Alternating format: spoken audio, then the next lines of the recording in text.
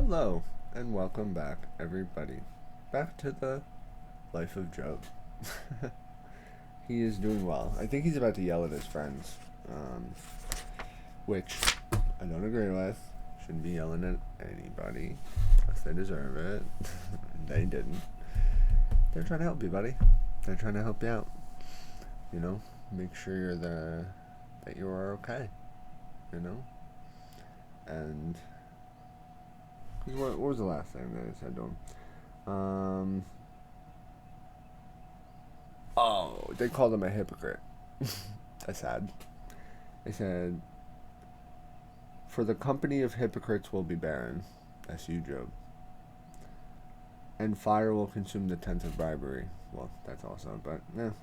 "They conceive trouble and bring forth futility. Their womb prepares to see."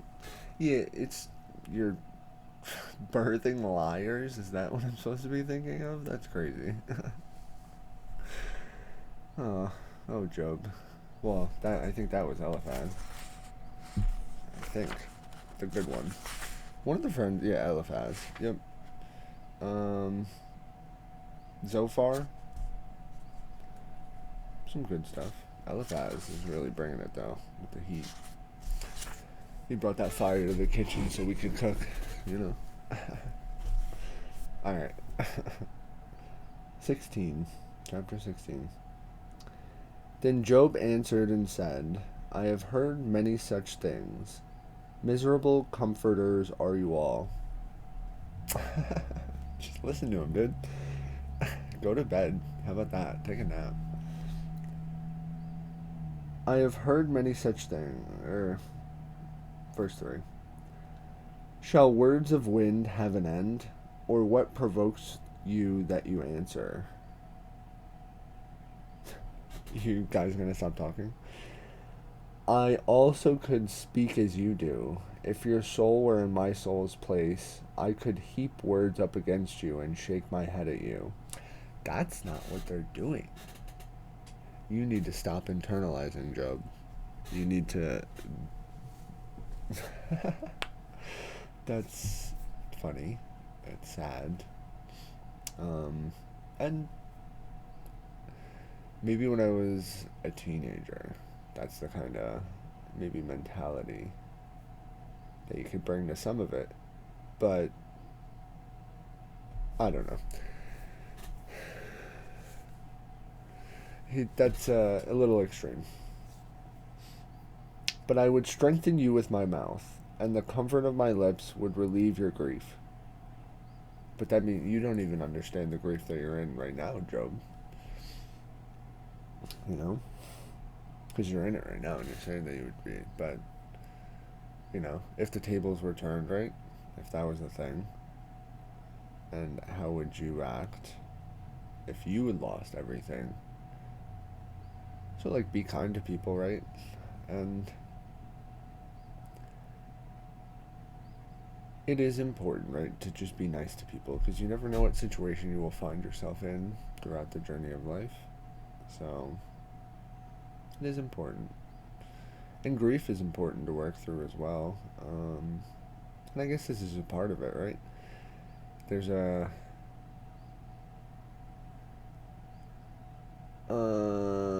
unaware like reaction that I think we probably have at some point when it comes to like severe emotions or pain or whatnot. And it's maybe, again, irrational maybe. Um, but it's good to work through, right? It needs to be worked through. I mean, pain is pain at the end of the day. And unless you are being aided by God, right, to supersede that pain, you got to go through this. So he's not any physical pain, but mentally and spiritually, I guess he's a little bit hurt. Which is okay. It's okay to be hurt, and it's okay to do all this. You know? Be a human being. It's just like somebody's gonna cut your hand off. You're not gonna be like you're gonna be in pain. Though I speak, my grief is not relieved. And if I remain silent, how am I eased? You wouldn't have to. Well, I guess, right? Talking wouldn't make you feel better. But he's saying this kind of talking. But, well, like, the process of healing doesn't feel good either. At all points, maybe. Maybe some points do. But, like, you're still in that pain and it does kind of suck. But now he has worn me out. You have made me desolate, all my company. You have shriveled me up, and it is the witness against me. My leanness rises up against me, and bears witness to my face. I can see it in the reflection of the water, because we haven't figured out mirrors yet. He tears me in his wrath and hates me. He gnashes at me with his teeth. Is that what that is? I think, right? Gnashing of teeth.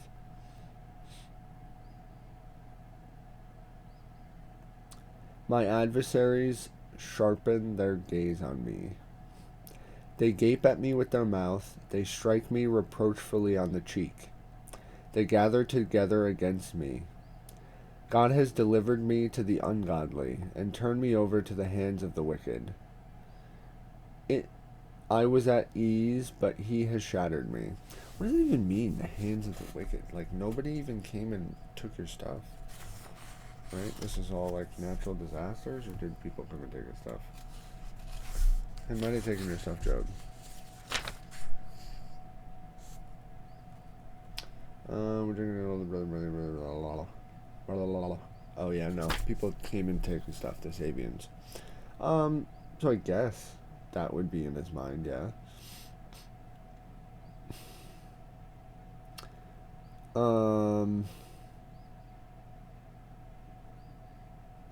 So I understand where you're coming from, Job. But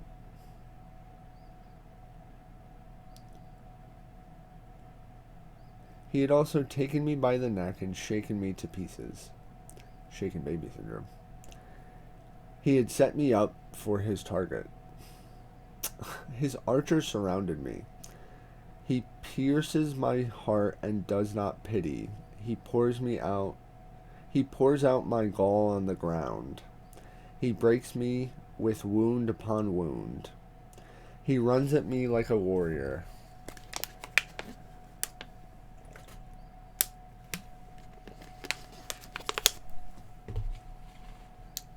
Like an Amazonian warrior. Amazonian.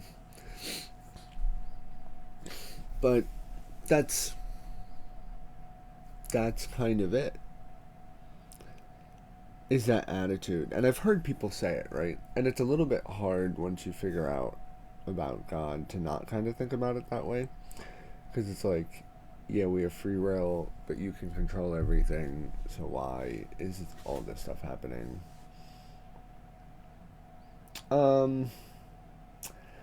I mean, if Job really didn't want this to happen, he would have had an army, right? That's the only thing I can say to this. But I get to say that because Job went a step further. And is saying that God set him up, which that don't happen. God did set you up, but you're part of his plan. Just like you were before. Nothing's changed. So maybe it does put this into perspective. Maybe if you really did, I don't know, right? Ooh, I don't know. It's like scales going back and forth.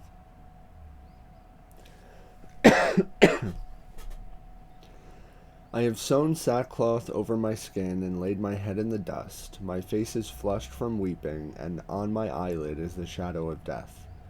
Although no violence is in my hands, and my prayer is pure. O earth, do not cover my blood, and let me cry, having no resting place. Surely even now my witness is in heaven, and my evidence is on high. Your friends scorn me, my eyes pour out tears to God. Oh, that one might plead for a man with God, as a man pleads for his neighbor. For when a few years are finished, I shall go the way of no return. So I'm gonna die in a couple of years. You said you wanted to die now. So what's up with that? What do you want to? You don't want to hang around a couple of years. You want to be no. But have faith, Job. What's? Oh well, I guess you get into it, right? But he's saying he's crying, right? He has emotions. He's hurt. He's devastated. He's absolutely torn apart inside. Everything that he spent his entire life on is gone. And here he is, crying in the desert with his friends, and then yelling at him a little bit. And maybe as a friend who sometimes goes to comfort other people, or when you get called and really bad things happen, I mean, maybe this is this is the kind of stuff you're supposed to be saying, right? To be supportive. And even like, I said it in a short, and it was part of a verse, but like, it's better to rebuke people than it is to love them and just be kind to them all the time, you know? And I would love to be nice to you all the time, but it is, I think, necessary to be more blunt, and get your desired point across without trying to be super nice. Because then maybe that gets lost in translation sometimes. But then again, here's a concept, right? Like, public servants. Like, you're not really supposed to be rude to anybody or condescending or do any of that, right?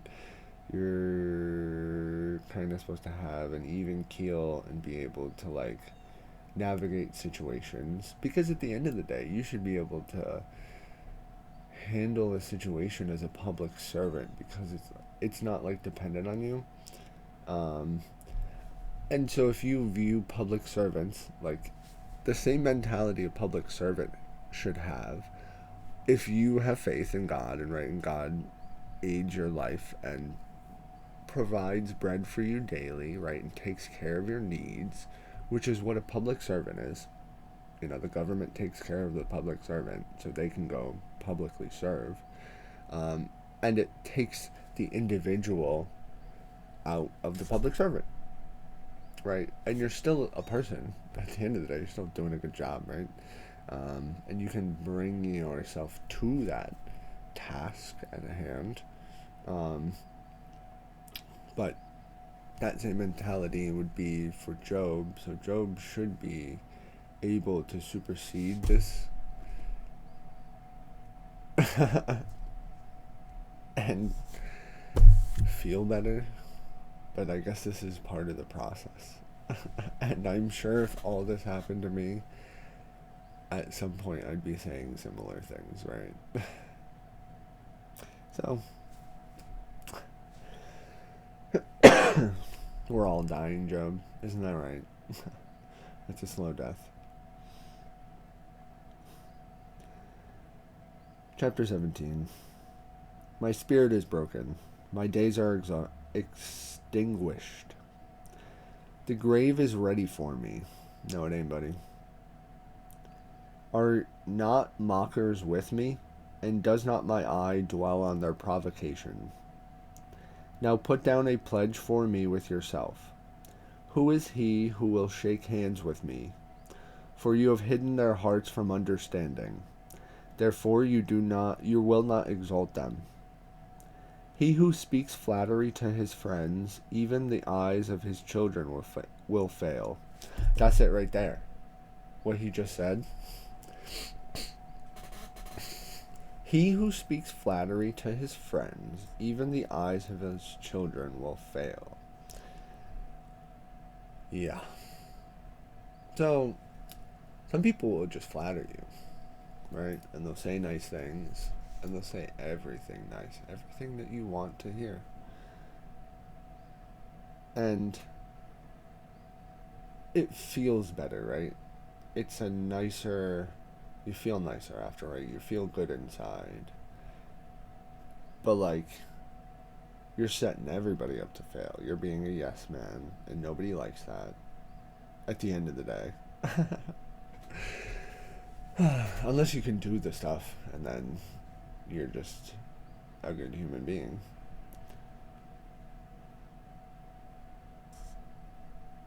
But yeah, don't be afraid to be honest, right? Don't be afraid to be honest, because that's you're not even being mean. You're just being truthful, right? Righteous, I think.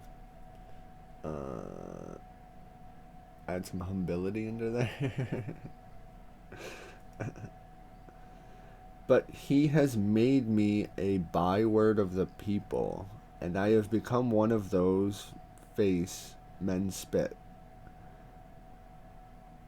My eye has also grown dim because of sorrow, and all my members are like shadows, because they're all dead. Upright men are astonished at this, and the innocent stirs himself up against the hypocrite. Yes, the righteous will hold to his way, and he who has clean hands will be stronger and stronger. But please come back again, all of you, for I shall not find one wise man among you. Oh, you mother... I would have smacked this dude. I would have been like...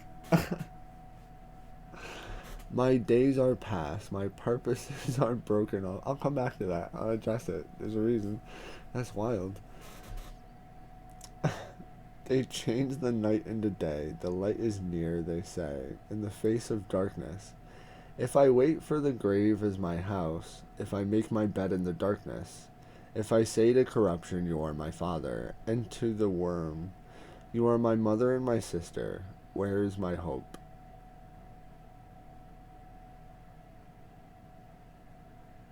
Where is my hope? As for my hope, who can see it? Will they go down to the gates of Sheol? Shall we have rest together in the dust? You want to come lay down with me? We're going to go bathe in dust together. It's going to be a cathartic experience.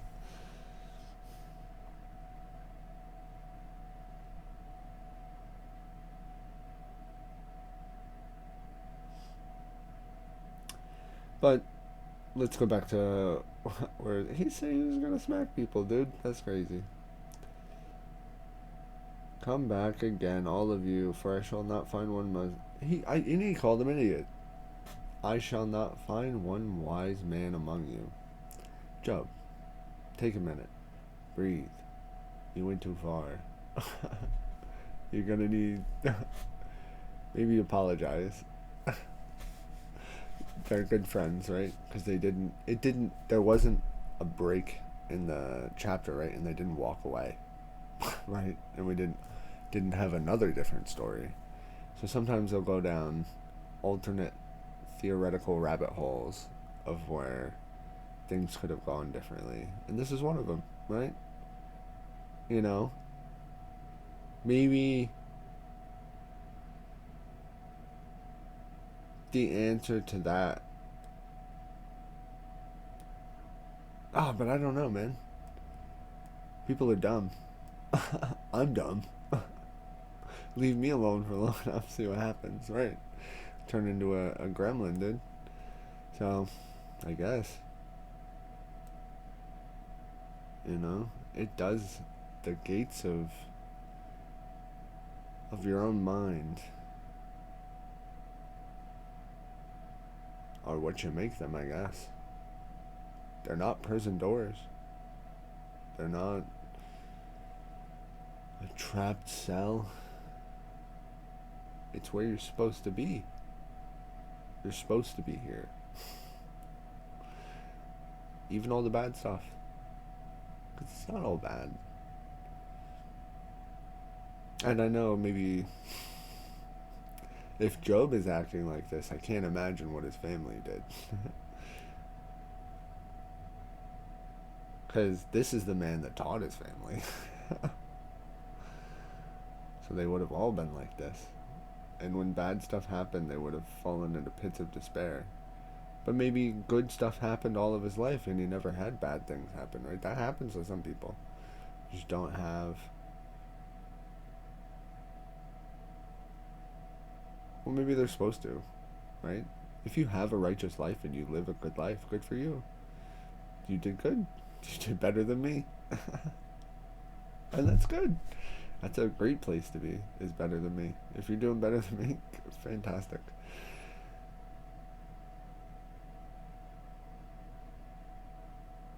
Even too. I'll give you a help up.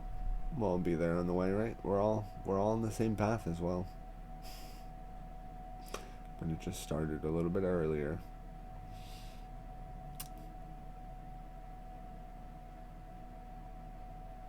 So it is important, I think, to truly feel your emotions. I think I spent years of my life trying to circumvent them, right? I said, my. I think my emotions are a little bit too extreme. I had a hard time controlling them a lot of the time. A lot of frustration, right? I didn't, at some point, I didn't even allow myself to say the things that I needed to say. And that becomes like a general rule then, right? And then it's the speaking up thing. But slowly over time, right, as circumstances have arisen in my life, I have needed to like advocate for myself and learn how to speak up, right? Hey, you're gonna have to do it anyways. You're gonna have to do it eventually. Eventually, you're gonna be up, right? It's like the same thing. You go into high school, everybody graduates, right? You're all gonna have your opportunity to walk across the stage in the grand finale of death. And there will be sparklers and confetti and a 21 gun salute for a lot of you. So it's good things, right? And it's the process of giving your life over to something, I think, is it's a good thing.